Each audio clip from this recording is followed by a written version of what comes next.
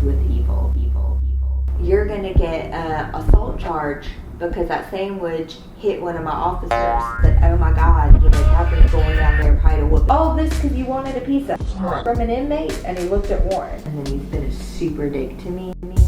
He tried to blackmail me at one point in time. Warren his nephew kept doing small things, but on a regular basis.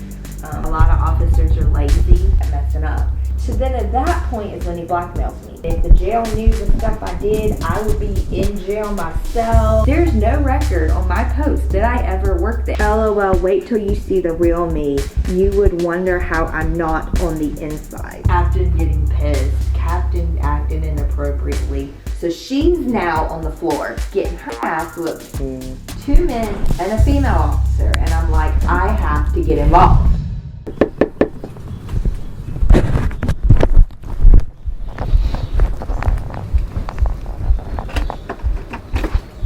Charity, how are you? Thank you for coming. Appreciate you letting me stop by.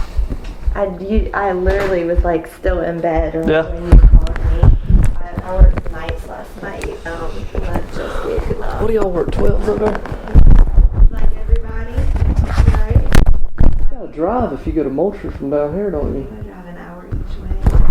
So you freaked my new job out saying GBI wants to talk to me on my second week of work?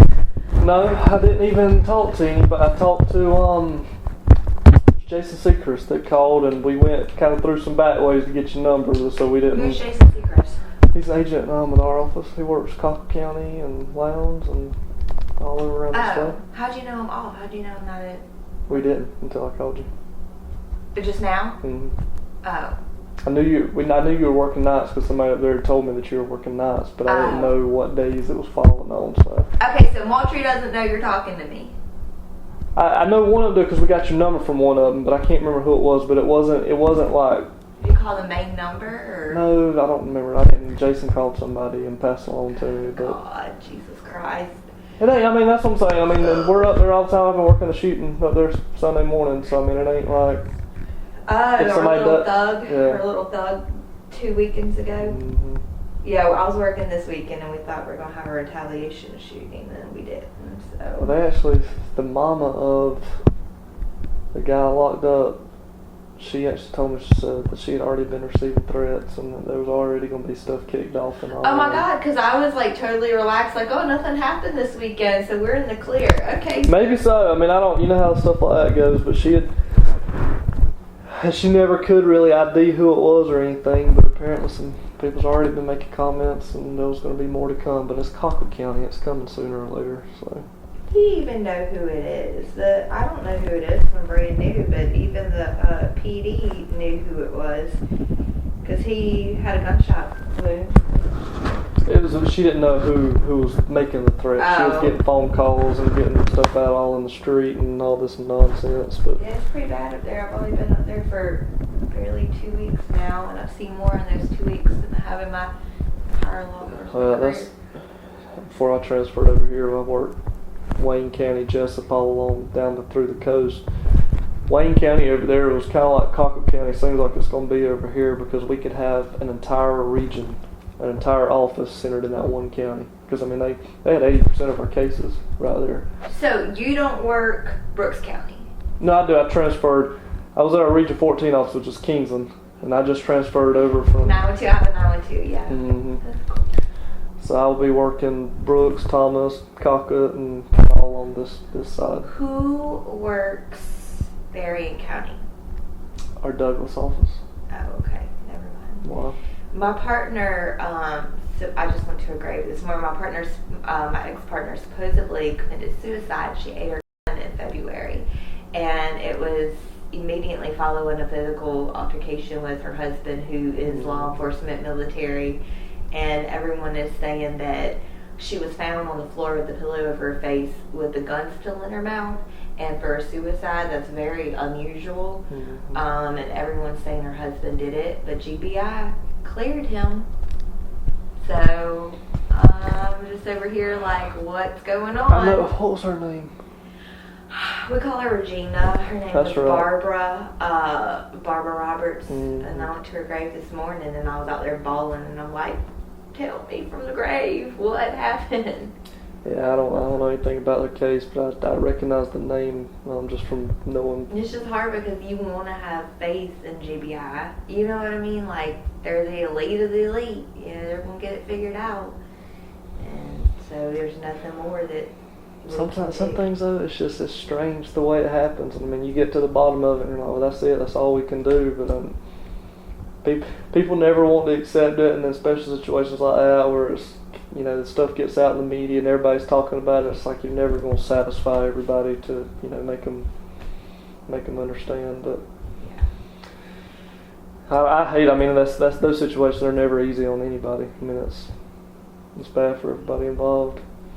Charity, what's your just so I can document talking to you, getting your name to my summary now. What's your date of birth? 285. 285. Are you recording me? I am. Okay. Just so you know. And all of our interviews we do in our report writing, whatever you want to call it, our case management thing online, we actually record all of our interviews and then they get grouped up together later on. And I'm not the best note taker, so that's what I actually use to go back and do my summary. I'll take some notes as we're talking, just kind of give me an outline, but that's pretty much all it comes down to is later on, 2 weeks from now, when I finally get around, it seems like, because everything's been crazy to write my summary and all for our interview, I can go back and listen to that and I won't have to call you up and ask you questions, and Lord knows I ain't going to be able to read my own handwriting anyway. So, Okay. You're a Walter PD and you're just police officer, just entry level. You've been there, how long did you say since? 2 weeks. 2 weeks. Okay. So you were at Brooks County. My last day, is that what you want to know what my last day was? My last day was the Tuesday following Labor Day. Day shift. I got off at 6:45 p.m. or 7. We had to stay till 7 p.m. And were you a deputy with them, or were you just a jail officer? No, that's why I left.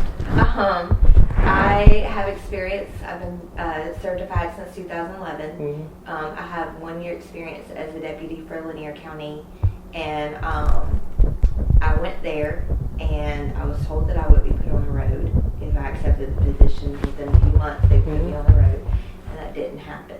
I was there for my first 4 months, and they hired 4 men and put them immediately to the road. They never even got a tour of the jail that I was working in. And I kept asking when it was my turn, and they said, we don't have openings. And then magically they'd hire someone. And then they finally sat me down and told me it's because I'm a female. The chief deputy literally sat me down and said, the only reason we're not putting you on the road is because you're a female. We have a lot of drunk, unruly rednecks here, and quite frankly, I'm worried if you could handle yourself. And he said, we have 1 female, that's all we need. And if anything happens to her, we'll keep you in mind. And then she abruptly quit a few months later, and I was told that they're going to be forced to look at me. And they didn't. They hired another male. So when they hired that 4th male within like a 4-month period, that pissed me off, and I started looking for somewhere, and I left because I knew that they would never put me on the road, and if they ever did, they wouldn't respect me. And so I was a jailer there for 8 months. And I recently left. You said you got certified in 2011? Okay. One thing, Charity, before, you know, the Garrity warning I need to give you. Anytime there's a law enforcement officer that we're talking to, even in this case, you know, it's just a witness interview. It's just me and you going to casually, you know, have a conversation about everything that you might observe happen. It's not a suspect interview. We're not accusing you of anything, okay? But before we get started, I do need to tell you, our investigation, obviously, it's criminal in nature, okay? You know, in GBI, we don't work any kind of internal or any kind of administrative thing. And since you're no longer working for the, you know, the agency we're talking about here, you know, it's a little bit different. But because it is criminal in nature, all your rights still apply, okay? You don't have to talk to me. If anybody at the police department or the sheriff's office, anywhere, you know, that's involved, if they told you you have to talk to me, which I don't think they have because I just called you a while ago, but that's not true, okay?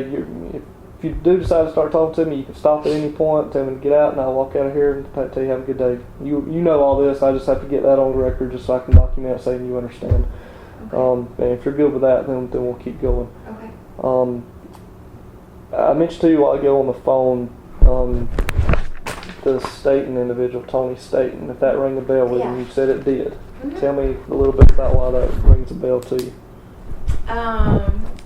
He's one of the inmates that has been there the longest. I'm very familiar with who he is. Mm-hmm. He's actually one of the good inmates there. He has a great attitude. And very familiar. We had an incident, kind of the beginning of whenever I started working there. There was an incident with him, mm-hmm. and I recall. Okay, what was that incident? Basically, it was lunchtime, and we were doing feed off, and I wasn't. I was somewhere else, and two of our officers, Griffin and then Davis, were in D house doing feed off, giving sandwiches, and I had to go down there to give someone paperwork, and I walked in, and immediately a sandwich flew in the air towards me, and that's never happened before. And I was kind of like, what the fuck? And then I looked up, and Griffin, she goes, Staten threw that sandwich, and Staten was all upset, and he was refusing to accept his lunch that day, and he had tossed a sandwich at us, and he said that he was sick and tired of eating PB&J sandwiches.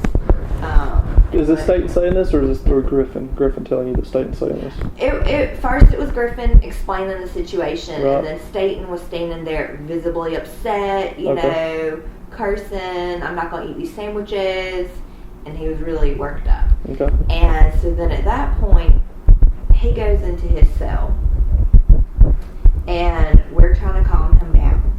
And we go into his cell to try to calm him down and, you know, keep me throwing sandwiches at us and stuff.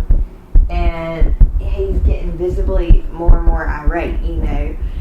I was unaware that he had just come out of prison, probably within that week. And I was unaware that, you know, he may be worked up or whatever because of that. And he just started pacing, and this was my first encounter, you know, physically at the jail with the inmate. And Griffin's trying to tell him, like, look, you're going to have to go down to lockdown. You don't throw sandwiches at staff. You don't act like this. You need to gather your things. You're going down to lockdown. And he's like, no, and he's like refusing, and he's pacing. And then and then she says, you're going to get an assault charge because that sandwich hit one of my officers, because it came down, and I don't remember if it directly made contact with me or if it almost did. I don't remember. But the fact that he was throwing it towards us and that it either could have hit me, she goes, you know, that's an assault charge against staff. And the minute that she said that, he snapped. And again, if I would have known that he was fresh out of prison, then it would have gave me a heads up of how violent or how he could have been, because he just came back out of prison. He didn't want to go back to prison, and the assault charge against staff would, in his mind, make him think that he would be going back to prison. Right. So at that point, he gets back up into his cell, and he kind of backs himself into the corner, and then he starts taking a fighting stance. And he says, y'all are going to have to fight me. Y'all are going to have to drag me there. Y'all are going to have to physically make me go to lockdown. And I'm like, oh my God, I've never experienced anything like this. So then she gets on the radio and she calls for her supervisor, because she was my supervisor. Griffin was my supervisor. She calls for her supervisor, which was Giddens on the radio, Lieutenant Giddens. So Giddens comes on down. And this is something that I will say. I was never really comfortable while I was there, because as a whole, from the top to the bottom, they prefer you to go hands-on with an inmate. Anytime an inmate refuses to go to lockdown or anything like that, their immediate answer is go hands-on, physically make them. Now, considering my background, I've worked corrections, I've worked in a jail, I've worked private security for almost 10 years, I've been certified since 2011. I think that we should use our tools. I think that, you know, they like, I guess the way they look at it is they don't want to have to do all the paperwork. I've been told that before. we have mace, and I am certified with OC spray. There's been plenty of times that I've asked there, why don't we just carry the can down? Because 9 times out of 10, that's going to intimidate an inmate into acting right before we even have to use it. And if we don't, I would rather spray someone with mace than, have to go hands-on and physically attack someone. Also, I've taken the taser course, and it has not been turned into post, so therefore I'm not able to use the taser, but a lot of them, on at least one person on shift, each shift has become taser certified. And we have a taser. We don't carry the taser down there. In my experience working in law enforcement, if you even just bring a taser around someone who's been tased, they will act right 9 times out of 10. They will straighten up. There, they're like, we don't want to have to deal with the paperwork. We'd rather just spend a few minutes going hands-on and getting them to do what we need them to do. And then also, there's a misconception. I know that one of my supervisors after that, she believed that in equipment that a guy had died from a taser before, but he had pre-existing medical conditions. But just the lack of knowledge, they're like, we don't want to kill nobody, you know what I mean? And I'm like, well, no one dies from a taser. So that's one reason they don't use the taser. And then as far as the OC spray goes, they don't want to spray it'll get everyone and it'll get them. But I feel like that's better than going physical with them. So at this point, Giddens was pretty new to his lieutenant role. And he was all about, let's whoop someone's ass if it needs to be and all this, where he should have been the one at that point, because we don't carry spray or tasers down the tiers. That's only in an emergency situation. But once he was radioed and told that it had turned into an emergency situation, he had the opportunity to grab a mace can or to grab a taser and to come down and defuse the situation, and he didn't. He comes down with his hands and fists ready to handle business. So at that point, Tony's still wanting to fight everybody. So they told me to get out of the way because they didn't want me to get hurt because I'm a female. So David, I'm in this tiny cell, and I stepped to the side. Griffin was kind of by the front of the cell. She stepped to the side. Davis and Giddens, the 2 males, go in and physically go to cuff him, because that's what we're supposed to do, and then take him to lockdown. But he wasn't going easy. He started wailing on them, and he was whipping their ass. He had 2 of them, and he's a tiny, I don't know if you've met him, he's a tiny little guy, but he was really strong, straight muscle, and then he's doubled in size since that day. All he's done is steady workout, and he's bulked up extreme. So I was kind of always glad that nothing else happened, because he sent 2 of us to the hospital that day. He had Giddens and he had Davis, and they were down on the floor by his toilet, and he was wailing on both of them, and he was on top of both of them, and he was getting the best of both of them. So at that point, and none of them were police officers but me, so I'm like, oh shit, well now I've got to get involved, and I was like, well, God, I've never had to do this before. I've never had to go hands-on with anyone. I've been lucky. So then, at that point, Griffin jumps in, and she has a whole bunch of pre-existing medical issues from getting her ass beat by inmates over the years that she's worked there. She has really bad back issues and this and that, and she's not supposed to be, engaging in this type of behavior because she's already injured. In fact, shortly after this encounter, there was one more incident that she got hurt by an inmate, and she hasn't been back. Her doctor will not medically clear her, from what my understanding is. So she's now on the floor getting her ass whooped. 2 men and a female officer. And I'm like, I have to get involved. So at that point, I'm trying to pull him off of both of them, or all 3 of them. And it's not working, and he bites me. He bit me pretty bad, and I had to go to the hospital. It didn't break skin. It was just a little bit. Where did he bite you, Sheriff? I'm trying to remember. I think it was maybe somewhere over here, but I really... Somewhere on your arm or your hand? My arm or hand, yes. And I had to go get it looked at, and it barely broke the skin. Okay. But he bit me pretty hard, and I'm screaming at him, stop biting me, and trying to get him off of him. And then at that point, with the group effort of all four of us, they were finally able, and I think that he just got tired, and then he finally just put his hand, we're like, put your hand behind your back, and we were able to wrestle him and get the cuffs on him. And then at that point, I'm all roughed up. All of us are all roughed up. I had earrings. My earrings are falling in the toilet. Now my hair's all messed up, and they carry him off. And they lift them up like one under each arm, and they're carrying them out to lockdown now. And I was so disshuffled that I stayed behind to get my bearings straight.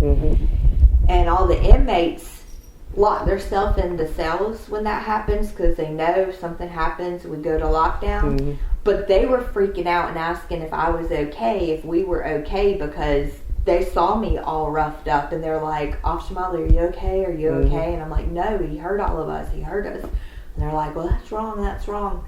And they carried him off. Well, at this point, I thought they were taking him to lockdown because that's what they were supposed to be doing. But sometimes when something like this happens, they do take them up to the P cells, which are at the front of the jail, and put them under an observation, either for medical, like if anything happens to them, they'll be put on a medical watch, or if they indicate that they're suicidal, that's where the suicide watch is. But they dragged them up to the front of the jail. Now, I come minutes later, and from my understanding, I could hear everything, but I didn't see anything. They had him in one of the front holding cells, and they put him in the chair. The disciplinary chair where you have to strap them in and cuff them in. And they had him in the chair. At this point, I remember seeing him handcuffed and his face all bloody. But I don't remember if it was before or after Captain Boutwell got hold of him.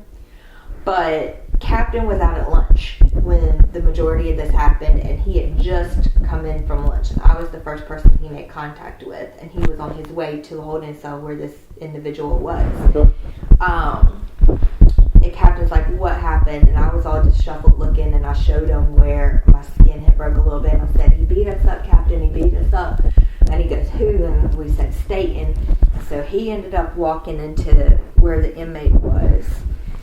And he had, I didn't look at everything, but from what I remember, I think that he had them exit, the two officers that were in there exit. Who was that? Do you remember? Was it still Griffin and? Yeah, it would have been Davis.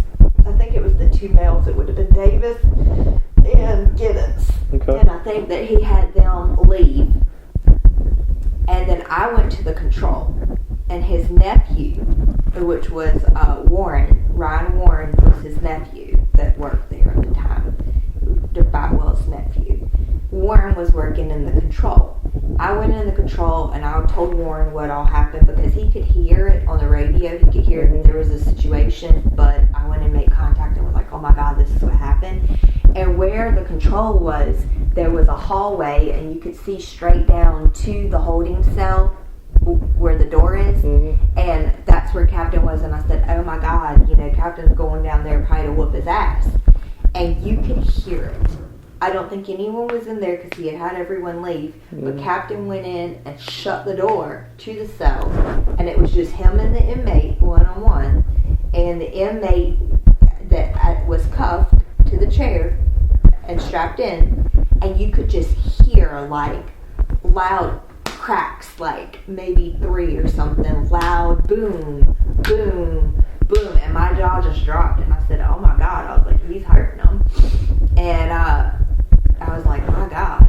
And then at that point, they took on, Captain came out, and it's my understanding that maybe before Captain had even got there, they had taken him and put him under a shower, and I think that they did it again once Captain got done. They wheeled him while he was in the chair? Yes.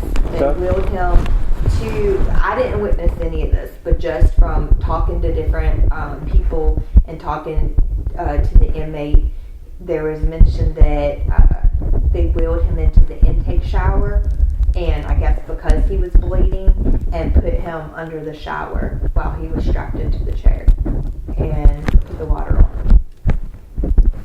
So you heard that happened. You think before the captain even came back? I may be wrong, but I think that it may have happened before captain, but I know that it did happen after captain for sure. All right.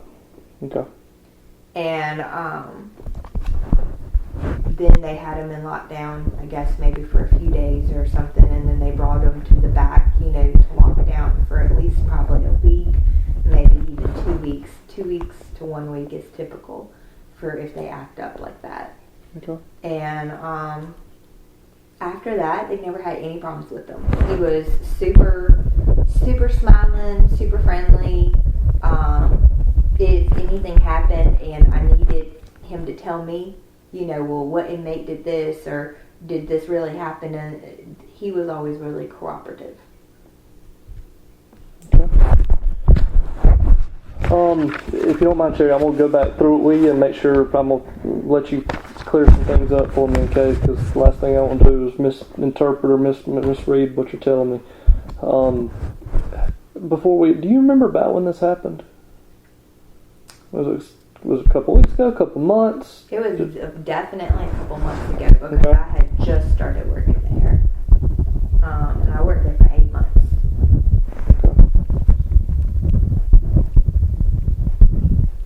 But they would have all of that thoroughly documented. Yeah. Okay, so pretty much the whole flying sandwich is kind of what sparked all this off. You get hit, or he throws a sandwich at you.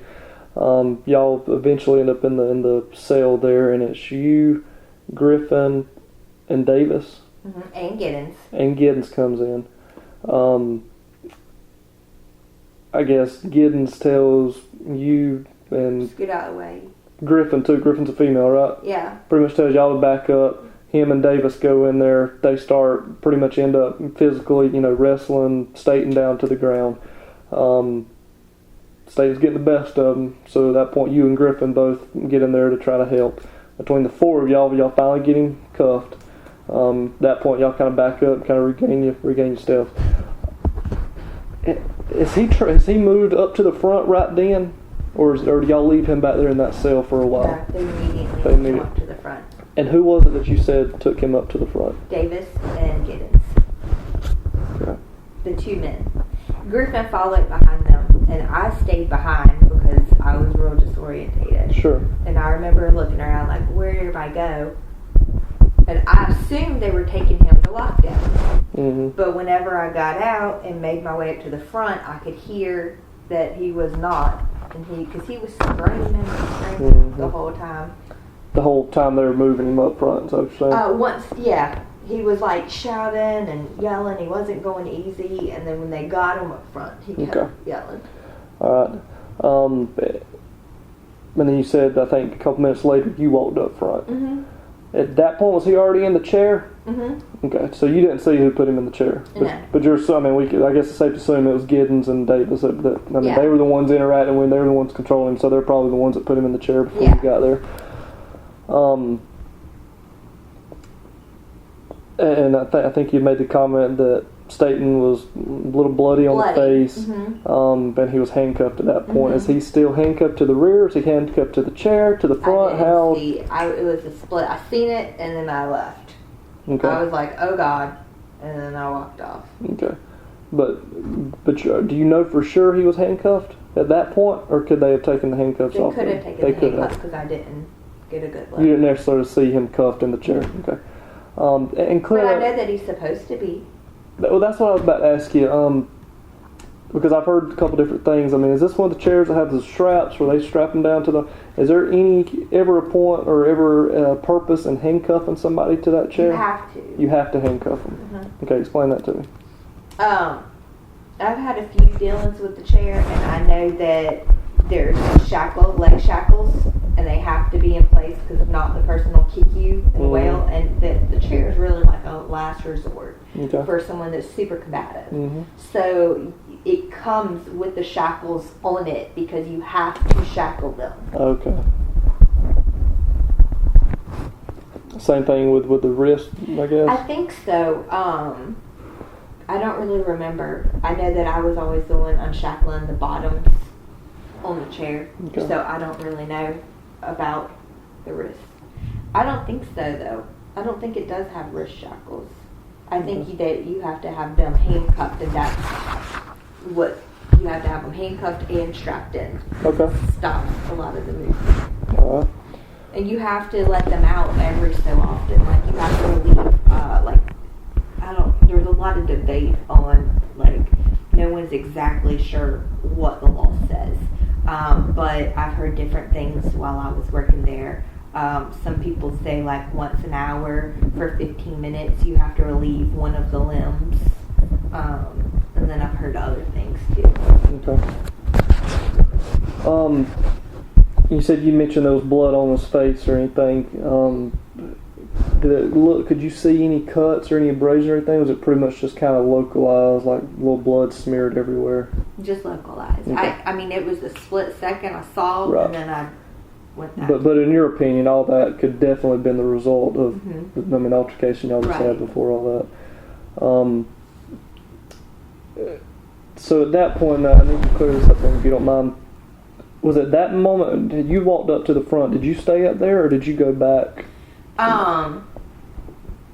I walked down there. I saw the inmate. I said, "Oh God!" I turned around. At that point, Captain's coming down the hall, and he had just come in from lunch, so he's just hearing what all happened. Okay. And I was the first one that out of us that he made contact with, and I looked disheveled, and I showed him the bite mark, and I said, "He whooped our ass, Captain. He whooped our ass." And the Captain kept walking and went and addressed the inmate. Okay. Did the captain say anything to you at that point? You showed him what was going on. You showed him your bite mark. Did he make any comments to you? I don't think so. I think he said, "Are you okay?" And I said, "Yeah." But as far as didn't make any comments about Staten or what his intentions were or anything? No, not at all. Okay. So you keep, I guess, walking on away from the situation. I went back into the control. That's right. And then that's when I started telling Warren what all happened. And then that's when we were watching down the hall, which you can't see because it's a hall with all the doors. And then you can't see what's going on. But he went straight in there. And then that's when I heard the noises. Okay, and you made a comment that the captain had told Davis and then Giddens to leave. Yeah. Did you hear that yourself? Or okay, how did you know? Because I'm behind thick glass, but I mean I can tell they walk out immediately, and he's by himself. Which I thought that was weird. What do you mean? That he would put himself in a situation behind a closed door with the inmate by himself. You have all these other officers there. So the door was because Davis and Giddens come out, Captain goes in, and the door does close behind the Captain. The cracks and the booms that you hear, you perceive that to be Captain striking Staten. Could you hear Staten do anything? It was a good ways away. Right. Probably from here to the road. It was a long haul. So and there's heavy doors, and then I'm behind the plexiglass and the controls, so no, I couldn't hear. Okay. Do you think if let's say somebody was hollering or screaming or yelling or fussing and cussing and everything, do you think you would have heard it? Okay. But you heard him striking Staten? Yeah. Okay. But I don't know. How long do you think Captain was in there before he came back out? I mean, it was just a couple seconds, a few minutes? Yeah, it wasn't long. Okay. How did the Captain look? He looked angry that Staten had hurt his officers.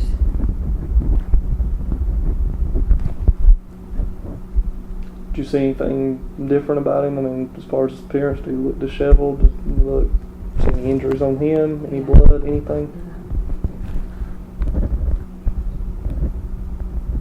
Where did he go when he walked out?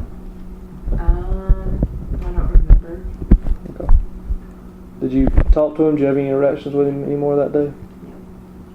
No. Okay. Well, yeah, I did. He sent us to the hospital. He sent me and Davis to the hospital. Davis had a bunch of, his leg was cut up. He had leg injuries. Mm-hmm. And he sent me to the hospital for my bite mark. And then he went to the hospital to check on us after that. So he was at the hospital and he was looking at our injuries and asked us if we're okay. Okay. But at the hospital, did y'all discuss No. the incident or anything? No. Going back to what you told me a while ago, you said you had heard that they put Staten in the showers both before the captain came in and then after. Right. What? If it had happened beforehand, that would have been, I guess... Davis and Giddens. Okay. So that would have been while you were still in the back, kind of getting yourself together again. Okay. I mean, I don't remember who told me that, but I had heard it more than once that he had gone into the shower. And I remember I just thought it was really odd. I didn't understand why they would put him in a shower. Well, when you were walking up before you ran to the captain, you said you kind of glanced down and you saw it, and then you turned around and went back. Did Staten, did he look wet to you? Did anything? I didn't notice it, even if he was for a split second. Okay. So after you run to the cabin, you go back to the control. But is that like y'all's tower or something? But it's on the ground. And then after that, I guess you hang around there for about how long, and then you go to the hospital? Just a matter of minutes. I mean, they immediately sent me to the hospital. When do you come back to work? When do you get back to the jail? Maybe an hour later. Okay. Did you talk to Davis or Giddens or anybody else about it? I talked to Davis at the hospital because he was there too. But we didn't really talk about what happened. We're like, that's crazy. We thought it was crazy that, he acted up and that he hurt all of us. And I said I thought it was crazy that it took 4 of us to subdue him. Right. That's a lot of rage. Yeah. I mean, yeah, that's what, it's not typical. Over a sandwich, that much rage is not typical. But what I've learned in the 8 months that I've been there is that there's always another issue, and that's how they choose to deal with it. Typically, something will happen with court or with their family, and then they'll pick a tiny thing with an officer and blow it up, and then it'll turn full on physical, and you're like, where did this come from? It's almost like they're hunting that one little thing to give them an excuse to kind of release it all out or something. Yeah. And then we'll find out later, someone will be like, oh, well, didn't you hear that this happened at court, or this happened, their family didn't come see them when they were supposed to? And you're like, oh, that makes sense. That's why. So did y'all ever put it together with him? What? I'm trying to think. I don't remember. I don't know. There very well could have been. There's no telling. I mean, it could have been any million things. I mean, I did have a talk with him while he was in lockdown. He was following, and I was like, it didn't have to be like that. I was like, we don't want things to get physical. We all didn't want it to get physical. Right. We begged you and pleaded with you and gave you more than enough chances to please just grab your things and walk calmly to lockdown. But you had made your mind up that you were not going without a fight, that we were going to physically have to fight you and take you. And I was like, that's not fair to us. We didn't decide that. We don't want to do that. And I was like, in the future, could you please, if we ask you to do something, do it without it having to get to that point, because none of us feel good about it getting to that point. And he agreed, and he apologized, for his actions and all that. And we never had a problem. It was 8 months of me working there, and he stayed out of trouble, and he was super polite, always had a smile on his face, no matter what, despite what he had been through. Going back to the captain, him going in the cell like that, and I mean, you said you didn't see it, but you heard it, so you kind of put together what was happening. Had stuff like that happened before? No. Okay. Has anything happened since that? I mean, during your time there, of course. I mean, have you seen anything else happen kind of similarly to that? No, I don't think so. Okay. What were... I was on nights a lot. Mm-hmm. We would flip-flop like every 3 months. In the 8 months I was there, we would go from day shift to night shift to day shift to night shift. There was long amounts of time, 3 month spans at a time, that I didn't see Captain. Okay. That I would be on night shift. Okay. What's your thoughts on that as far as him going in the cell? I mean, because you were there, you know. I feel conflicted. I feel like that night it was really hard for me to go to sleep, and not just what Captain did, but the whole situation, top to bottom. I really have a hard time going hands-on and being a police officer. That's kind of a bad trait. I need to get over my fear of going hands-on because it's kind of a prerequisite for this job. But I just know that I feel conflicted. It's like a quote had come to mind that night, and it was like, the only way to stop evil is with evil. And I feel like you may go to work, I may go to work as a police officer and be like, I don't want to go hands-on with anyone, I don't want to fight anyone, but then a violent situation happens, and the only way to stop violence is with violence. Yeah. But with what Captain did, there's a fine line, and if someone is handcuffed, it's illegal and they're not allowed to do that. I like him. I think he's a great guy. In the 8 months I was there, he's been super nice, and then he's been a super dick to me, and he has mood swings and just comes and goes. You don't know if you're going to get the nice Captain or you're going to get mean Captain. He's had me in tears before over the smallest things. He can be very ruthless if he wants to. And in my last day there, he didn't even speak to me. He didn't wish me well, which I found was weird considering, that I was there for 8 months. I really expected some kind of cordial, especially with him being a police officer, me being a police officer. He always treated me different than the other jailers and treated me with more respect. So it kind of set me all, made me think, well, this is not how you treat people. Right. You should treat your officers with more respect than that. And then I had just found out a few days ago about this whole situation with the new situation of, apparently he went into E-House and got a trustee and handcuffed him and kicked him in the head.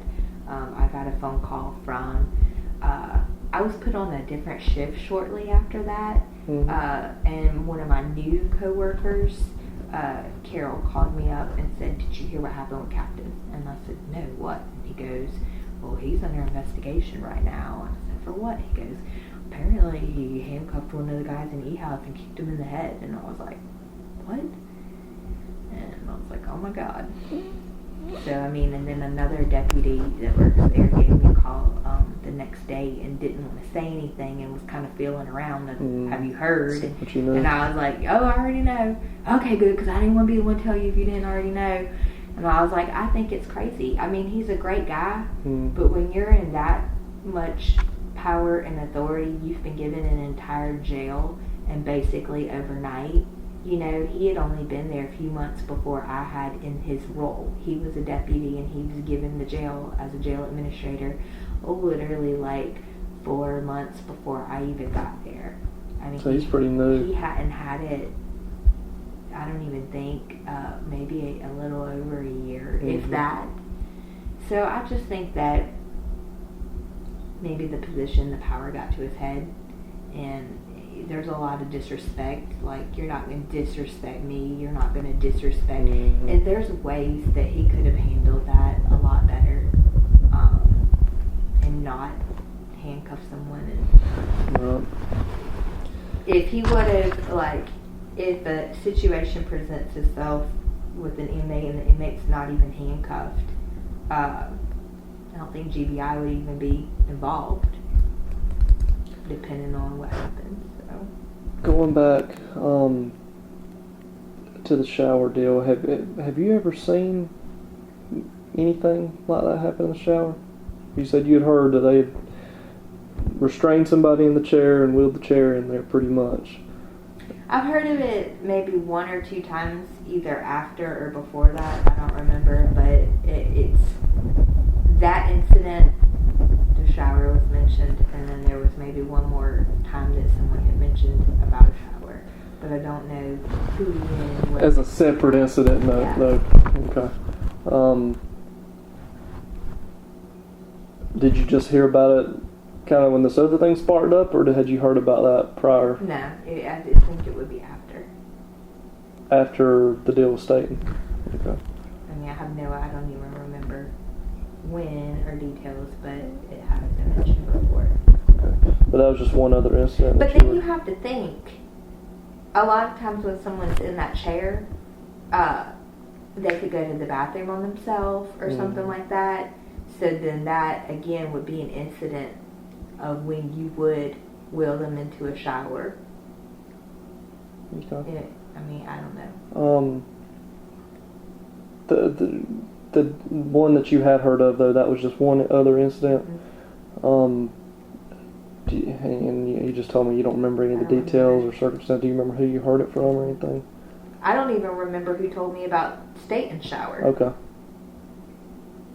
When you came back from the hospital after going and checking on your hand or your wrist, did you see Staten anymore that shift? Okay. Did they have him in lockdown at that point? He was, I believe he was still in the front. I don't know at what point they moved him down to lockdown. What about Giddens? I know I just asked you about Captain Bowell. If you ever seen him act inappropriate or out of line with everybody else, and you said... No, but I think his mindset needs to change. Is Captain or Giddens we're talking about? Both. But I'm talking about Giddens right now. I really, really feel like someone needs to talk to the jail as a whole, and that they need to use the tools that they've been provided, because I don't think going hands-on is the answer. I think that anytime you can de-escalate a situation and use minimal force is what's best for everyone. Right. And I feel like these officers are OC certified and TASER certified, at least one on each shift, especially supervisors, and they're not utilizing these tools. If Giddens would have came down and brought a TASER or OC spray, I really feel like Staten would have backed down. I feel like it wouldn't have got physical at all, and he would have calmly walked himself into lockdown. And then none of that would have happened. And you wouldn't have ended up in the hospital. I mean, that was minimal. I mean, I thought it was laughable that I was there over a little bite. But, I mean, you wouldn't be sitting here today, in my opinion, because it wouldn't have had the domino effect of 4 officers getting hurt, 2 going to the hospital, Captain getting pissed, Captain acting inappropriately. None of that would have happened. The inmate would have walked straight into lockdown and either been tased and acted right after he got tased, or sprayed, and that might have gotten him out of it. But they're given these tools for a reason, and they're not using them. Going back, this is more just a curiosity question, really. When y'all have a use of force like that, Staten's in the cell, he's, physically resisting, actively resisting y'all eventually have to do go hands-on or anything. Does that generate any kind of report on y'all's end? Do y'all have to do any extra Okay, Tell me a little bit about how that works. I mean, even if it's something like an inmate's verbal, like, fuck you, da-da-da-da-da, that's documented. We have to go into a computer and document it. Okay. And there's 2 ways that they document things. One is through the Eagle system that they use, their self, and it attaches to the inmate's file where it can't be, erased or get lost or whatever, and you physically type it into Eagle. It's up to us whichever way we want to do it, but a lot of officers are lazy and they don't like to use that way because it is not that user friendly. It's kind of hard once you type it to go back and pull it up and print it out. It's almost impossible. You have to sit there for 10 minutes, and it takes about 3 people to try to do it. But there's another way where they'll have a letterhead or something that's already saved on the desktop, and it just says incident report, and you go in and you delete the prior one that's in there, and just type in your incident and then print it out. That's the way that they prefer to do it because it is user friendly and it's easier, but that's not a paper trail that sticks with that inmate. That's just a letterhead on a computer and then a loose piece of paper that can get lost, can get misplaced. Where does that paper go? Does it go to the inmate's file, or it goes straight to the captain? And it's supposed to go to the inmate's file. But like I said, I mean, it exchanges hands, you know, a few times, and the way that it goes to captain is just an open mailbox. We all have open mailboxes, and even if captain does get it, I mean, I think that they should have a policy where it's one way, not two, because it gets confusing on the officer. Well, which way am I supposed to document this? And then two, if it's all done on the computer, then I've gone into the Eagle computer system and I've looked up while I'm doing an inmate on a particular, doing a report on a particular inmate, you have to go back and dig to print it, and it'll go all the way back for years. And that's still there. Whereas if that one piece of paper, you don't know where that is or where it ends up. So I feel like, again, that needs to be addressed too, that it should be done on the computer, it stays in the computer, and then it stays with that inmate. That makes sense. I mean, but yeah, we're told to go in and document, you know, one or the other, either way you feel, and you type up a statement as to what happened, and then you turn it into captain, and then it gets put in the inmate's file. Have y'all ever been instructed or persuaded, or not? Did y'all do a report on Staten? Of course, each officer had to. Let's talk about that specifically then. But first, did y'all get instructed or persuaded or anything from either captain or the lieutenant as far as how to do the report, as far as what's actually being put in it substance-wise? Okay. So they didn't try to encourage you to word it this way or to word it that way, and have they ever done that for any other incidents? Okay.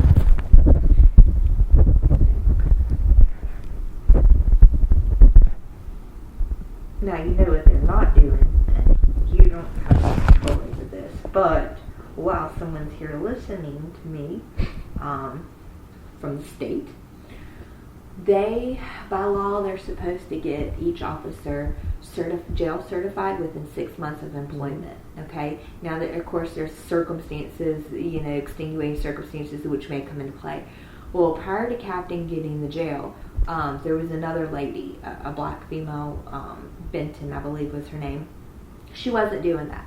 They have people that work at that jail right now that's been there for years, and they have not been jail certified. And not only that, but it's not documented with the state. From day one that you start working at a law enforcement agency, they are supposed to turn that into post, and it gets put on your post record. If you're a jailer, there's a jailer record on post. If you're a peace officer, there's peace officer, and they're not doing that. So have they even been to the 2-week school? Huh? Have they even been to the 2-week school? No, that's what I'm talking about. They have a 6-month window to send each employee to the 2-week school. Benton, the black female, not doing that. She has an entire jail of employees that's been there for years, and they've never been to jail school. Now, one good thing Captain did do is he's keen that that's against the law. So when he assumed his role a year ago, he started sending them. And we don't have a lot where we can send more than one at a time because you're down for 2 weeks. So he, on a regular basis, started scheduling, and he got with Lowndes County that's here, and their jail, and they do jail schools regularly, like every 30 days or something, they're cranking them out. So he got with them, and then he started sending them. Now, they did, in the 8 months I was there, I saw a couple of them get put through, and they started with whoever had been there the longest. And by the time it got down to me, I think there was like 2 more people in front of me, and then I left. But I felt like he wasn't as rushed as he should be, because he kind of looked at it as, well, I inherited this mess, and I'm trying to do the best that I can. But he wasn't as rushed. I mean, in 8 months, I only saw like 2 people or 3 people get sent in an 8-month period, and they were cranking jail schools out like constantly. Right. And then I'm upset with the fact that they don't even contact Post, because if they did, Post would get on their ass and say, hey, you need to send this person. There's no record on my Post that I ever worked there, and I was there for 8 months. Really? On my Post record, it has all my other jobs, and Brooks County is missing. And I was not surprised to learn that, because it's been told to me, this is what they do. They don't put anybody's. And then I've been told that they want to see if you're going to last before they invest in sending you to jail school. And there's something about they don't have to pay, or they do have to pay within a certain amount of a time frame. But to me, I don't think they have to pay at all. So I don't see what. So I guess if you're looking at your Post record, it actually looks like you've got an 8-month gap in law enforcement. It does. And not to mention that I've kept up with my training hours since 2011. Since 2011, I have kept up with my 20 hours of mandatory post-training, including firearms and use of force, because I always knew, okay, I may get hired as a police officer, and I have, and I need to keep that active, because I don't want to have to pay a $150 waiver, and I don't want to have to explain why I didn't do it. So if you look on my Post record, I keep up with my training hours. When I worked there, I got my own training hours. I went and did a private class through a private security contractor up in Atlanta for 2 days, and got 16 of my 20 training hours. And then I begged Berks County to let me, when the deputies went into firearms and use of force, to let me in on it. And me and Captain actually went, and we both got our training hours that way. But but the thing is, it says not employed this year in law enforcement. And then at the top where it tallies your 20 hours, mine is zeroed out, because it shows I didn't. Now, what they could have done is sworn me in and just had me working in a jail role. And then also, we had a whole lot of times where we had to serve inmates. And me coming from being a deputy for a year, I'm very familiar with that whole process. And they could have just sworn me in, and I could have been serving the inmates left and right, and it would have made things easier on people, but they didn't do that. And I just think it's weird that they do shady stuff like that and not properly document, not let the state know who's employed there. I mean, the laws are in place for a reason. Right. Chuck, going back, just a couple more things, and then I'll get at you here. The when you had got back, when you saw Captain go in the cell there, did you see anybody else? I know we said Giddens and Davis left. What nurse was that? Was it a male nurse? Rob. I don't know his last name, but he's the one that currently works there. He's the only nurse that works there. Okay. Where was he at? He was in his office, which is right across the street from where the room is that happened, the cell is. It's like kind of tapered, so it's not directly looking at it. It's tapered, but he kept standing in the doorway, and he had this like shocked look on his face, because he, I guess, witnessed them taking him down there, and then I don't think he saw or heard start to finish everything, but he has a roundabout better idea. And he was down there and stayed down there, and I didn't, so he at least saw as much as I saw. Anyway, we said his office was down there, right? So I mean, he would have been he would have been there the whole time. Yeah, and his door was open because he was standing in it, looking shocked at me, like, "Oh my God, I can't believe all this is happening." Was this after Captain had walked inside that you and him kind of looked at each other? No, it was before, because I never went back down there again. So what was he shocked about? I guess that the inmate was hollering and that all this was happening. Okay. We don't have a lot of excitement like that. That's a good thing, I guess. And one other thing I made a note I wanted to ask you, and you said you heard you heard what you perceived to be him hitting, Captain hitting, stating. Do you remember about how many times you heard that noise? About 3. About 3? Don't I'm not saying roughly. dead You're 3. you're estimating about 3 times. Yeah. That's right. Okay.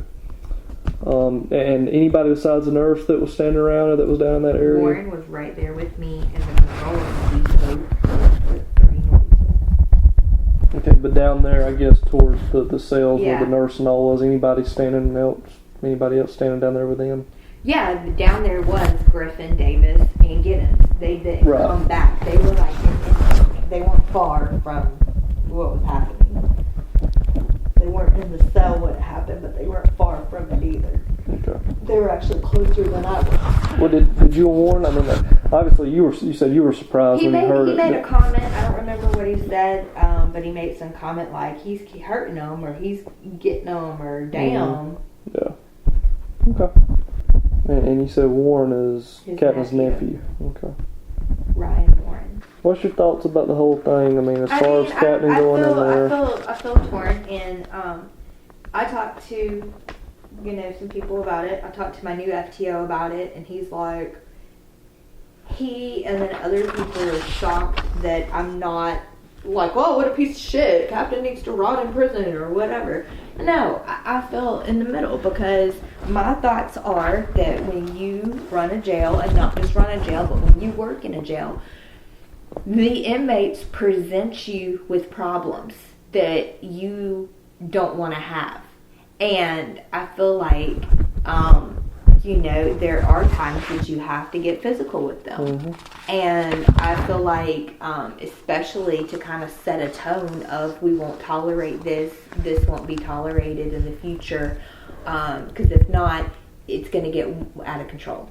An inmate will take a small situation, and if you let them run over you, it'll get completely out of hand. Right. So then there's a dilemma, a moral and ethical dilemma of what is too much, what is too far, because you can't say, we'll never get physical. You're going to work in a jail, you're going to run a jail, never get physical. That's not realistic. Mm. So I understand that the law states what is acceptable and what isn't. But to me, I'm like, there are times that I feel like that they do need to get their ass whooped. But it has to be within perspective. If they're whooping your ass, then yes, you need to whoop their ass. But I don't think you just go in out of nowhere. Like apparently this last situation with Captain, nothing's physical. Well, and rolling them into the showers and the restraint chair, that's, I mean... cruel and unusual, yeah. And except, like I said, if they've gone to the bathroom on themselves,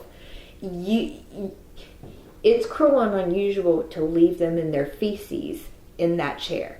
But you've got to understand, if you take them out and they're still combative, they're going to be combative on staff.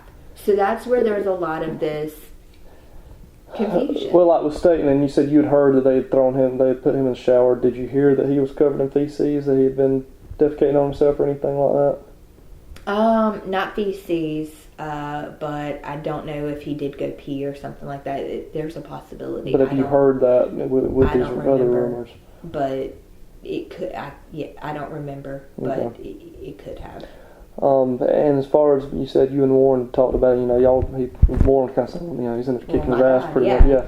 Yeah. Did y'all talk about the issues at all, you and Warren? I don't know if he was the one that told me. He could have been. It had to have either been him or Davis. Okay. Because Giddens wouldn't have talked to me about it. He doesn't have a lot to do with us, and I don't think it was Griffin.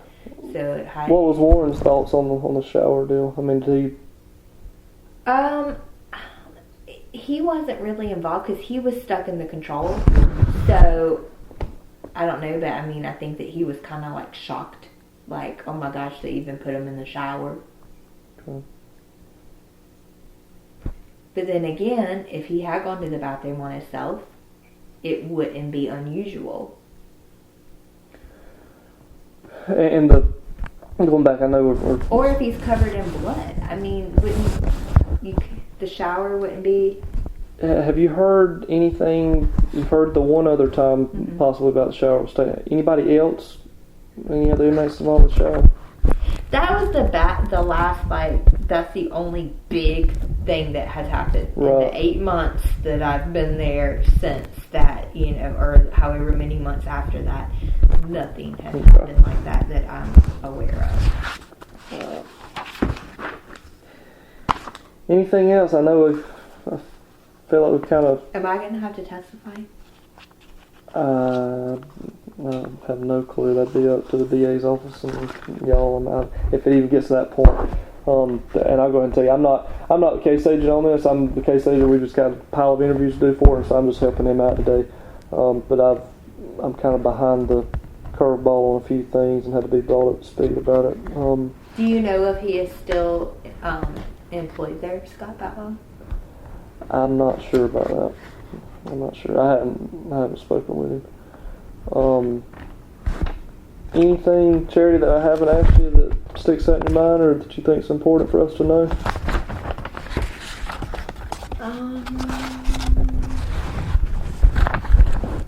He tried to blackmail me at one point in time. Captain did. What? There was a lot of problems that happened a few months after this. His nephew kept doing small things, but on a regular basis.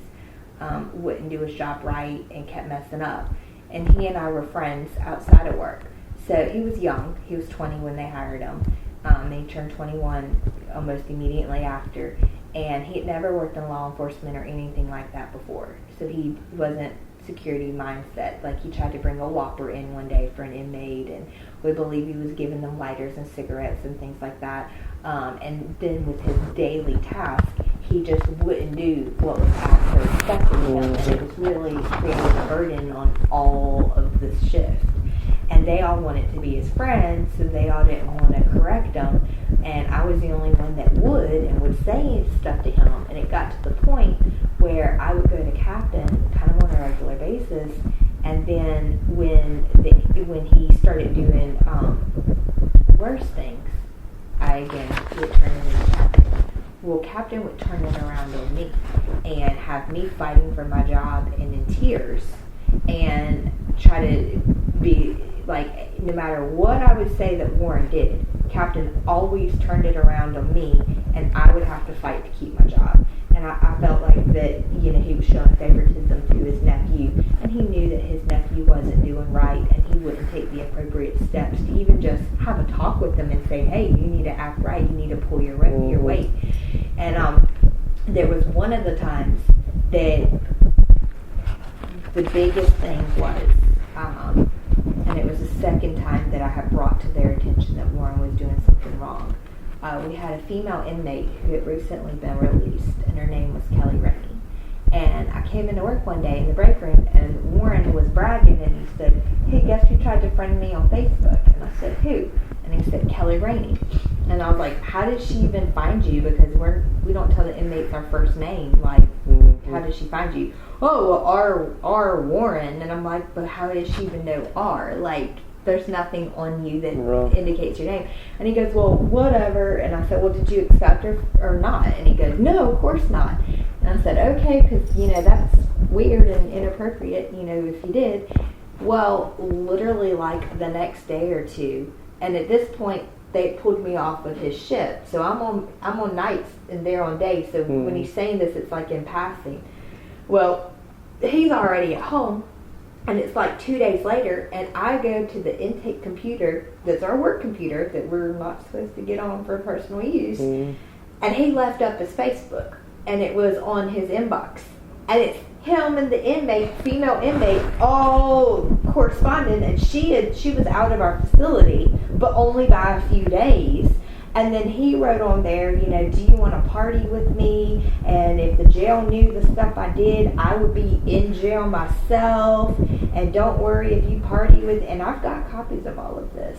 I made copies because I didn't know, because they were threatening my job with stuff. And so it said, don't worry if you party, because she's like, I don't want to go back to jail. And he's like, if you party with me, you won't. And so I was like, oh my God. So then I printed everything out, and I brought it to my supervisor, and I said, oh my God, we have a problem. And I'm like, they want to keep ignoring all this stuff he's doing wrong, but this is now an ethical issue. This is not right. Something needs to be done. Mm-hmm. And I read it out loud to my supervisor. She goes, oh my God. So then she called her supervisors, and their response, and Captain's response was, why didn't I just X out of it and act like I didn't see it? And I'm like, oh my God. And that was the captain you said that told you that? Captain said that to me. Why didn't you just X out of it and pretend like you didn't see? I'm like, well, because there's an ethical, moral dilemma here. And so then after that, went and made my own copies, and Captain came in the next morning, which was a Sunday, which he's not supposed to be there on a Sunday. And he called a group meeting and chewed my ass out for bringing to light what his nephew did. And that's when, he had had me in tears before and all this. And he said during that meeting, he had my supervisor standing there and me, Warren, and Warren's supervisor standing there. And he picked up the printed out paper and he says, I'm not going to read this. I refuse to read this. Which again, I thought that was inappropriate, because if it had been any other employee, he would have memorized word from word what it said. But because this is his nephew, now he wants to turn a blind eye. So he picked it up and he goes, all this because you wanted a piece of ass from an inmate? And he looked at Warren. And Warren was like, And then you're a snake. And he looked at me and he called me a snake in front of Warren and the two supervisors and said, you need to be careful who you trust, and she just wants your job, and da-da-da-da, and you can't trust her, I'm sitting here like, how am I the bad guy just because I bring to light something that I felt was not right? And so then he goes, well, why didn't you just X out of it and close it and act like you didn't see it? And I'm like, because if it didn't involve an inmate, I would have. There's a lot of other coworkers here that leave their Facebook up, and I do X out of it because to me that's not that big of a deal. But this involves an inmate, and not only that, but he's saying he wants to party with her, and the stuff he does, like, this is ridiculous. Something needs to be done. So then at that point is when he blackmails me, and he says it in front of Warren and the two supervisors, and he says, that's fine. He goes, come tomorrow morning, which would be a Monday. He goes, I'm going to my boss, which was Chief Wheeler, and he goes, I'm going to present this whole situation to him, and I'm going to let him deal with y'all, and come Monday morning, y'all probably both would be looking for new jobs. And then he goes, I'm sick of y'all, and nothing would make me happier if both of you resigned today. And then he looked at me and he goes, he goes, I've got a little special recording that I've been holding on to. And I'm like, and he goes, that's right. He goes, one of your coworkers recorded you. And he goes, and I've been holding on to it for a special time. And he goes, and I feel like this is that special time. And I'm like, what the fuck? And he goes, you're sitting here on the recording, you're talking trash about the jail, and you said something a little strange about me, and I just can't put my finger on it. And I'm just so confused, because I'm like, everyone talks trash about the jail, like, and why would you blackmail me? Like, no one's gonna care about that. And then the part about him, I'm like, I have no idea what he's referring to. But to me, it did not seem right, because it would have been on my old shift, not my new shift, and it would have been at least a month or two prior. So to hold on to some kind of damning evidence about, obviously it's not that bad because I'm still working there and no one addressed the situation to me. But even if it is, that's not professional. That is a moral dilemma. You don't hold on to something for a good time to drop a bomb or something like that. And that he felt like now is the perfect time. What, when I'm telling on your nephew for what he had some kind of inappropriate we're not allowed to tell inmates our name, our address, our phone number, and rightly so. So even if they get out of jail, to tell them our name, our phone number to start a dating relationship would be and should be frowned upon. So that's why I didn't understand why he was kind of missing the mark on that. I understand that this is like small stuff. When did all that happen? Let me see. When we get to print out. Here it is. I'm sorry it took so long. You're fine. I mean, I don't, just a rough idea.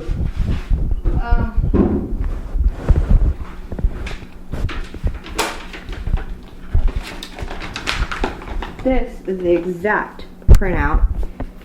Kelly Rainey, her picture. Ryan Warren, his picture. And it was on 6/13.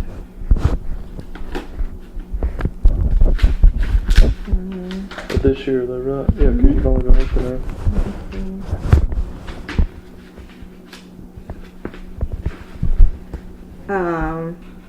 Just got off work, going to party tomorrow night. I might back up in jail. Not if you party with me. Mm-hmm. Oh yeah? Why are you getting off so late? It was crazy. Then he can't stand that place. Then where's the one about him ending up in jail? Here it is. LOL, wait till you see the real me. You would wonder how I'm not on the inside. Okay. Oh yeah, and then she goes, well, I can't say it. Then she says, oh yeah, then he says, well, I can't say it on a text, but yeah. Mm-hmm. And then it's literally like 10 pages. But yeah, so I mean, it's small. That's small compared to what you're dealing with, but the blackmail rubbed me the wrong way because I'm like, you don't blackmail people. And then I wasn't scared or intimidated. In fact, I was curious and I wanted to know what produced this recording because I would like to know what it says anyway. Mm-hmm. And I would like to know who's recording me and why. Mm-hmm. But that just gives you a mindset of like an idea of his mindset that he's like, oh, I can put this in a bag of goodies for later. So you said you and Warren have a personal relationship outside? We were friends. We hung out. One time, I took him to dinner for his birthday, and his mom was there. And then one time we went to church Easter Sunday, and he brought me to breakfast. But after all this incident, are y'all still okay? No. After the whole fallout, we cut off all communication. I was like, you're not my friend. You know, you're dead to me. And we didn't speak, even at work, we didn't speak. We didn't speak outside of work. And it wasn't until about a couple of weeks ago, out of the blue, I got a phone call from a different number that wasn't his, and it was him. And he was like, he quit working there a long time ago. They finally fired him, like pretty soon after all this, for something else.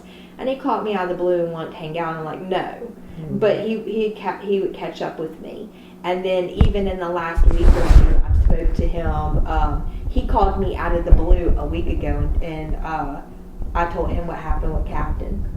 But we've talked on the phone maybe 3 times since this whole incident has happened. He wants to be on close terms with me. And as far as being like nice, like we can be friendly, but I don't want to hang out. I don't want to go anywhere. No. Okay. As far as Warren's actions and everything in the jail, have you ever seen anything inappropriate with him? Besides the Facebook deal? I thought it was inappropriate that he brought a Whopper in to give to an inmate, and then it got stopped because he pitched the idea. He brought it in and told Davis and told Griffin, and they stopped, and he said they had to think about it for a while of whether they should do it or not. And I'm like, there's no thinking about it. You just know you don't do it. And then they stopped him and said that he might get in trouble. Okay, you mentioned a while ago, you mentioned the Whopper deal, and then the lighters, and you said and then something got worse. Cigarettes? Oh, no, the worst was the Kelly Rainey. That was the worst. But other than Whoppers, lighters, cigarettes, have you been bringing anything else in the jail or anything like that? Okay. One other thing, and I'm about to wrap it up. Going back to the deal with Captain Olive and the cell where he went in there with Staten. Did you, and I know you and Warren are aware of it, and then you had the lieutenant and all down there, but did you feel like you needed to report that to anybody?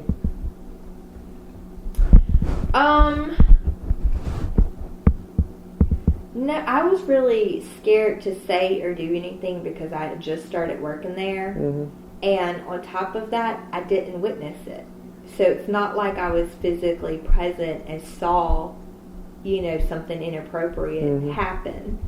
And like I said, I was unsure of if the blood was there from earlier or after, and I can speculate and say I heard noises and it didn't sound right, but that's not something that I'm going to run to the state. The noises and all that you heard, that was after you saw the blood on his face anyway, right? Yeah. Okay. I think so. That's where I'm confused. I don't know if I saw the blood before or after, but I think it was before because I don't recall going back down there after. Okay. But, I mean, the noises was not something that I'm going to run to the state and report. I heard noises. That's going to jeopardize my job, which was already in jeopardy pretty much the whole time I was there because of all the stuff I kept reporting about Warren. Anything else, Charity? About we got kind of focused, on our end of it. I mean, if we get led to some of this other stuff, I mean, of course, we'll go wherever the investigation takes us. Right. But I just thought it was weird that he tried to blackmail me, so I'm going I mean, that's fine, absolutely.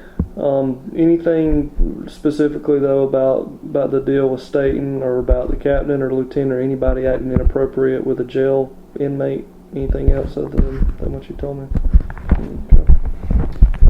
But yeah, all the stuff about the blackmail deal. I mean, I'll put that in there with the rest of it, and I mean, it's like you said. I mean, it's interesting.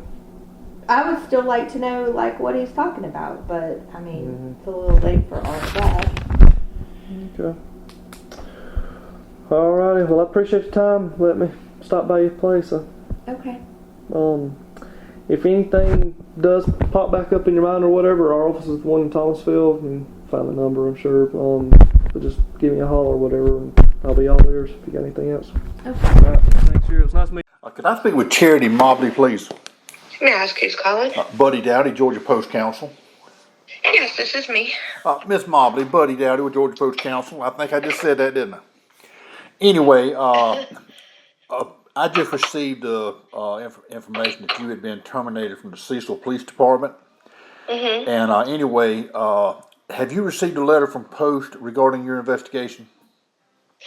I have not. I haven't been with them for a long time, Yes, ma'am. but they just now entered it in. Yes, ma'am. And basically, I had grounds to sue them. I just didn't have the time or the patience to try to find a lawyer to sue them because I had immediately started work somewhere else, and it kept me very busy. However, basically, in a nutshell, what had happened is I went through a nasty divorce, and they were aware of it. I had to go through the Battered Women's Shelter, the Haven, to get a TPO and all of that because it did get violent, and they were aware of all of that. And the ex, who at the time, we were still married but separated, he had his new girlfriend call up at the police department and say, hey, you need to have her drug tested.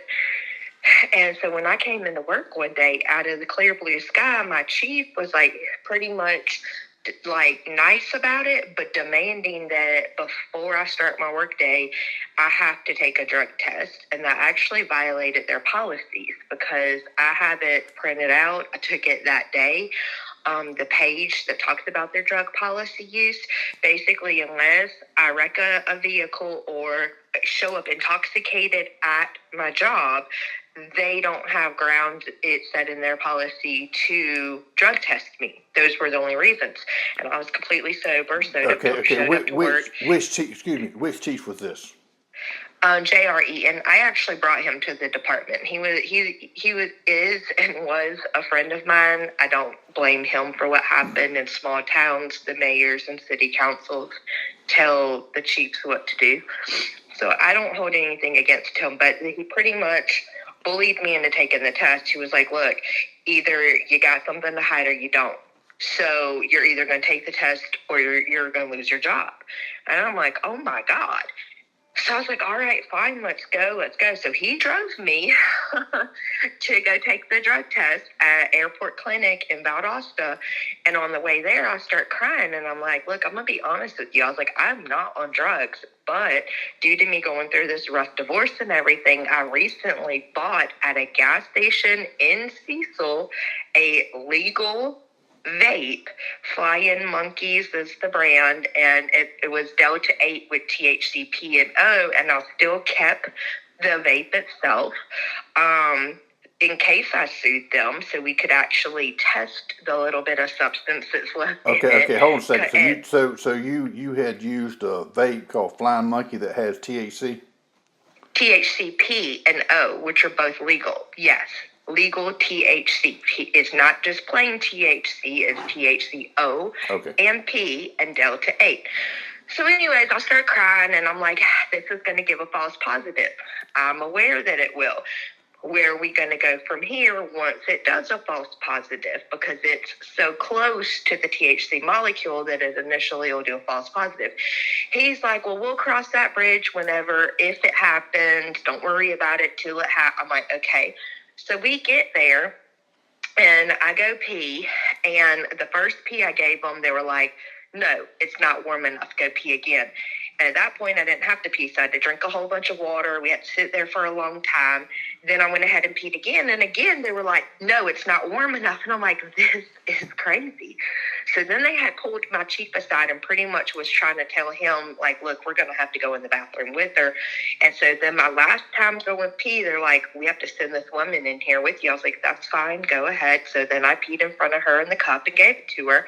And they tested it, and it immediately did a false positive for THC. And I was like, yes, this is what I keep trying to tell you guys about is Delta 8, the THC, P, and the O. They're like, okay, no problem. This happens here a lot. We can send it off to, and it's weird, my work, instead of just a normal drug screen, they're like, no, we want the 13 panel. And I'm like, well, what the hell do you guys think I'm doing? But I didn't say that. So anyways, they did the 13 panel. The place said we can send it off to our lab for further testing, and it will differentiate between actual THC, Delta 8, and all the other stuff. And so my chief's like, yeah, that's what we want. Send it off. And so they made it clear it would not be back until 2 solid weeks. Well, we get back to the department. My chief calls the mayor, tells the mayor, and the mayor's like, I want her put on administrative leave pending an investigation with no pay. And I was like, oh, my God. So for 2 weeks, I'm not making any money, and we know I'm not on drugs. This is crazy. They're like, this is what's got to happen. I said, okay. So in 2 weeks, when it comes back, fine. I didn't have an attitude. Now I'm a little pissed talking about it. I was like, so in 2 weeks, when it comes back and everything's good, I get to come back, right? No problem. He was like, yep, no questions asked. I said, with back pay? And he was like, yeah, I don't see why not. I was like, okay. I've been in this line of work long enough, so I grabbed that policy book and I went straight to their drug test policy. I made me a copy of that particular page, and then I went ahead and he had to drive me home because he was like, well, we're taking your car from you, your gun, I'm like, okay, that's fine. So he took everything. 2 weeks to the day, my chief calls me and he goes, how do you want to do this? And I said, what do you mean? And he's like, well, I'm sorry, I'm going to have to let you go. I was like, why? He's like, you failed a drug test. I was like, hold on. Did we get the results back from the lab? Because it's been 2 weeks. He said, we did. And that's it. He wasn't going to tell me what the results are. I said, well, what were they? What did it say? He said, negative. I said, then why am I losing my job? He's like, well, Charity, it just don't look right. We're going to have to let you go because it just don't look right. It'd be like if I drunk a 6-pack and came into work. I said, no, it is not like that. I said, I was not intoxicated. I said, that is legal over the counter. I was not, I said, if this drug, you're firing me for failing a drug test that you literally just told me I passed. I said, that's fine. And he's like, well, I'll come to your house so you don't have to, and I'll collect all of our gear. I said, that's fine. When you come to my house to get everything, you bring me a copy of that from the lab that says I passed that drug test, and I'm going to sue the hell out of y'all. And he was like, okay, no hard feelings. I'm just doing what I said. That's fine. And I got on the phone, and I called up the mayor, and I was like, look, I want my back pay. I don't want my job back, but I want my back pay. I've already found another job, or I'm going to sue the hell out of y'all. Y'all are stupid as hell for terminating me for failing a drug test, and then giving me a piece of paper that says I passed on 9/9 is what they wrote on my termination letter. Failed drug test on 9/9. Then they gave me a different piece of paper from the lab that cleared my urine, negative for THC and everything else. And they gave it to me. I was like, y'all are stupid as hell. I said, I'm going to sue y'all. I said, if I want my back pay and I want it now, or I'm not going to, and I won't press forward with the lawsuit. And then I called the city manager and he was halfway aware of it. And he's like, okay, well, let me discuss with the mayor. And they discussed, do they want to pay me the back pay to shut me up? And I even said, I'll take half. I was in such a financial bind after those 2 weeks. I said, give me half of my back pay and I won't sue y'all. And then they were like, they discussed it, but they pretty much called my bluff and was like, no, we're not giving you anything. It's an at-will state. We could terminate you. I'm like, you don't understand. If I take this to court, you've ruined my police career. I can't go. This is a small area. You don't think that this spread to every neighboring department that I failed a drug test over marijuana and I didn't? So you've ruined my 11-year career, you know? And I was like, and I have legal grounds to sue y'all. You are destroying my reputation, taking a career away from me. And you actually gave me the piece of paper that said that it was all a mistake, that it was a false positive. So anyways, the reason I didn't contact y'all is I frankly didn't give. And you know what? I've been in this line of work 11 years, and I am done. I was burnt out a year and a half ago. And I was like, policing, I don't want to see it again. I don't want to do it again. But everyone's like, well, you need to make sure everything stays good with post because you might change your mind. So that's why I'm taking the time to explain to you, because I don't really want it to reflect badly on me. I have since changed lines of work. I work with animals. I don't like people anymore after 11 years in law enforcement, and I like animals. And I just started a new career working at a vet's office in Florida, and I'm in the process of relocating to Florida. I drive back and forth. I stay in Florida at my dad's house during my work days, and I come back to Georgia on my off days like today. To try to handle different stuff. You know, I have a therapy appointment here in a little bit. Okay, stop just a minute. And a cat. Stop just a minute. The reason I had called is when you get this letter, it's going to be... Yeah. Do you still live there? Yeah. Okay, you have 15 days to submit a written statement. Oh, put all that in writing for you. Well, that is up to you. I mean, that's your call. It's not anything you have to do, but that's something that you're allowed to do. So, and then do you have a copy of this negative drug screen? Of course. Okay. All right. Okay. They're stupid. When you get this letter from Post, give me a call, okay? Okay. And, never mind. I've got your name. It's fine. This is a recorded line. All my phone calls. I can't hear you, ma'am. I said I was going to ask your name again. All right, my name is Buddy Dowdy. It'll be on the letter. It's actually going to show up as Douglas Dowdy, and it's going to have my phone number on it. And but like I said, it will be sent to this latest address. So anyway, when you get that, give me a call, and we'll discuss whether you want to write a written statement or not. Then you'll have 15 days or so to submit that to me, okay? And then I'd like to get a copy of that negative drug screen also. Yes, sir. I understand. All right. All right. Thank you. Well, ma'am, I appreciate you talking to me, okay? Have a good day. You too. Bye-bye. City of CECIL, how can I help you? Hey, good morning. How are you? I'm good, and you? I'm good. My name is Billy. Who am I speaking with? Ishiana. Hey, Ishiana. I'm just trying to get some contact information for the open records custodian for the CECIL Police Department. I just responded to your email. Oh, you did? I'm looking now. Is this no, I don't want to fill out a form. You don't want to fill out the form? No, I don't. I'm not interested in filling out forms. I just want to send you the... So are you the open records custodian? Yes. Oh, okay. Well, I'll just email you my request, and then we'll just go from there. Okay, you're going to have to fill out the form. No, I'm not going to have to fill the form out.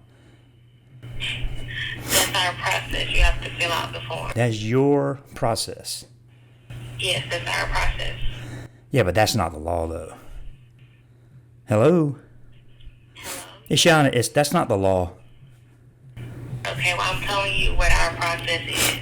Okay, I mean, I'm not going. I'm going to send you the email with my request. Okay, that's fine. Okay. That's fine. Are you going to fill the request? Wow. That girl's nasty.